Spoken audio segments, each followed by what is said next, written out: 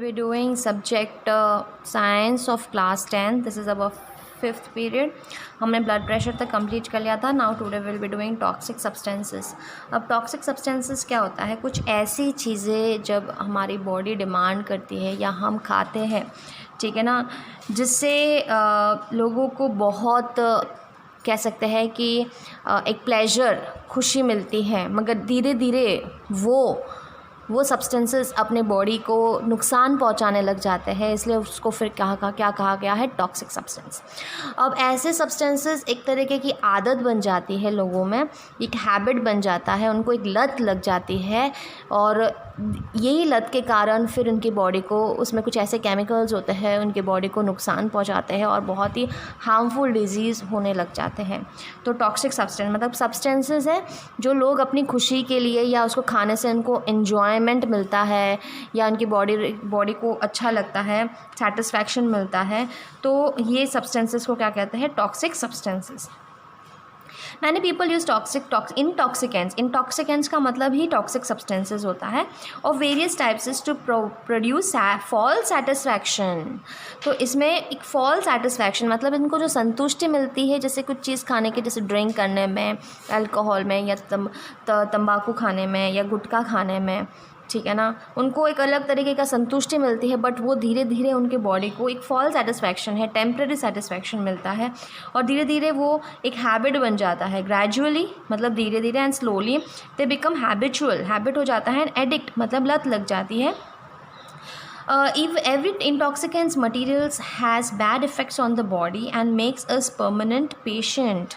तो ये अपनी बॉडी को नुकसान पहुंचाता है और एक परमानेंट पेशेंट हम बन जाते हैं. तो क्या है? Few prevalent intoxicant materials and the bad effects are as follows. तो कुछ एग्जांपल्स आपको बताए गए, जैसे फर्स्ट है गुटखा. गुटखा क्या होता है? तो ये डेफिनेशन दी हुई, gutkha is prepared from the pieces of beetle.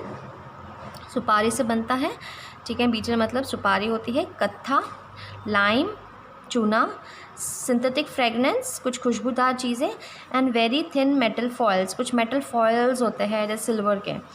In some gutkha small quantity of tobacco is pour. तो किसी गुटखा में जो है तंबाकू भी डाला गया होता है, टोबैको डाला गया होता है. Due to the spread of pouch culture, gutkha has reach in every cities and village. Due to the spread of pouch culture, तो आजकल का कल्चर ऐसा रहा है और वो आपको छोटे छोटे पाउचेस में मिल जाता है, तो वो सब जगह फैला हुआ है. Now women and childrens are also using it openly. तो आजकल आप देखोगे छोटे बच्चे और वुमेन, ठीक है ना, औरतें भी जो है उसको खुलेआम इस्तेमाल करते थे. The use of gutkha is not only commercially harmful but for health as well economically. The use of gutkha is not only economically harmful मतलब आप ऐसे चीज़ पे पैसा डाल रहे हो जो आपकी हेल्थ को धीरे धीरे नुकसान पहुंचाएगा, ठीक है ना. पैसे भी बर्बाद हो रहे हैं और हेल्थ को भी नुकसान पहुंचा रहा है. The muscles of the jaws become rigid and the jaws does not open properly and it occurs due to submucous fibrosis disease. तो देखो ये एक पॉइंट आपको ध्यान में रखना है, बहुत इम्पॉर्टेंट है, ठीक है ना. इफ़ेक्ट्स, ये हार्मफुल इफ़ेक्ट्स, इसके हार्म्स क्या है? ओके, अगर आपको क्वेश्चन पूछे कि write a note on tobacco या what are the harms caused by tobacco, तो जो मसल्स ऑफ द जॉज मतलब जो मुंह के जो जबड़े होते हैं, ठीक है ना, वो रिजिड कड़क बन जाते हैं. हमारा मुंह सही ढंग से खुलता नहीं है, ओके, जब हम ज़्यादा गुटखा खाते हैं. और उस बीमारी को क्या कहते हैं? सबम्यूकस फाइब्रोसिस डिजीज़ कहते हैं. इंपॉर्टेंट पॉइंट है submucous fibrosis. Plus cancer carcinogenic मतलब ये मटेरियल्स कार्सिनोजेनिक हैं, मतलब ये कैंसर भी, मुंह के कैंसर्स वगैरह होने के चांसेस भी होते हैं इसमें. ओके, तो ये हो गया gutkha. Tobacco is obtain from the leaves of Nicotiana tabacum. अब ये नाम याद रखना है आपको कि कौन से पत्तियों से जो है टोबैको मिलता है. ये एल कुल सोलेनेसी, ये पूरा नाम है. ये जो है फैमिली का नाम बताया गया है, पेड़ का नाम.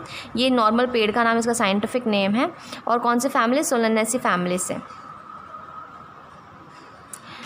In the leaves 1 to 8% nicotine name alkaloid is form. तो इसमें आपको क्वेश्चन आ सकता है कि कौन सा जो है एल्कोलॉइड प्रेजेंट है इसके पत्तियों में, निकोटिन। मैक्सिमम पीपल चू इट विथ पान, और इस तंबाकू को पान के साथ, गुटखा के साथ या चूने के साथ मिक्स करके इनको खाते हैं। Few people use it in a powder to clean the teeth, और कोई लोग जो है उसका पाउडर बना के दांत साफ़ करने में और मसाज, गम्स मतलब मसूड़ों में मसाज करने के लिए भी इस्तेमाल करते हैं। टोबैको को बीड़ी, सिगरेट्स, चिलम, हुक्का इनमें भी इस्तेमाल किया जाता है, ठीक है ना। जैसे आपने बीड़ी और सिगरेट्स में देखा होगा टोबैको प्रेजेंट है। अब हार्मफुल इफ़ेक्ट्स इंपॉर्टेंट है। एक तो इसका नाम, क्या केमिकल है।